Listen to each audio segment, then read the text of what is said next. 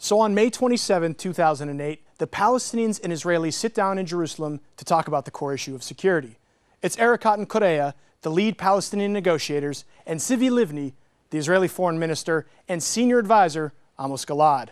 They're discussing the extent to which a future Palestine would be armed, or more likely not. They start by talking about a Palestinian army. First, demilitarisation, what you call limited arms. The equation is that on one hand, you will have some limited arms for law and order and for fighting internal terrorism. But there is no need, and we cannot afford, a Palestinian army. My question is, why are you concerned about Palestinians more than the other neighbors? You don't make these demands on them. Without demilitarization, your strategic depth will be bigger than ours. The way we look at the Middle East, your army contradicts our basic understanding of security. So in spite of Palestinian protests, it's clear Israel will not allow Palestine to have an army. QUREI is later asked how he sees the situation on the ground, and he in turn asks who can guarantee Palestinian security. We have a confrontation with Hamas after they made an illegal coup. So as you see it, Lebanon with Hezbollah militia, it is possible that Lebanon will be under control of Hezbollah tomorrow morning. You can say it already is. Do I have a choice of who to place on my territory? No. Can I choose where I secure external defense? No.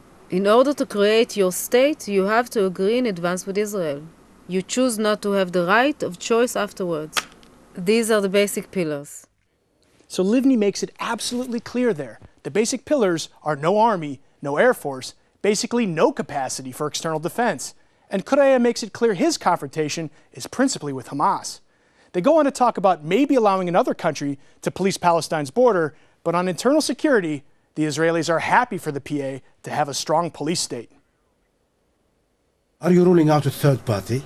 There are many examples of third-party presence. There will be perhaps a third-party role, but not a military role. No tanks with any flags, including Israeli flags. So no agreement with an army regardless? Strong police for law and order, but not external threats. The border is with Jordan. You think Jordan is a threat? Not a threat. Is it a threat to you today? Usually when you fear external threats, it's from a neighbor. We are strategic allies, but radical movements are an increasing risk to us. Do you see your army in our territory? We don't see ourselves in the territory except for limited cases like early warning stations and the Jordan Valley. The Jordan Valley not as territory, but a presence at the border. Jordan is not a threat because they really believe in peace. And the basic pillar of this is security. So the Israelis, the leaders of the Middle East's only so-called democracy, point the Palestinians to the example of Jordan. Now, Human Rights Watch said in 2008 that torture is widespread and routine in Jordanian jails. Yet as the Israelis happily note, Jordan is peaceful externally, especially at its borders.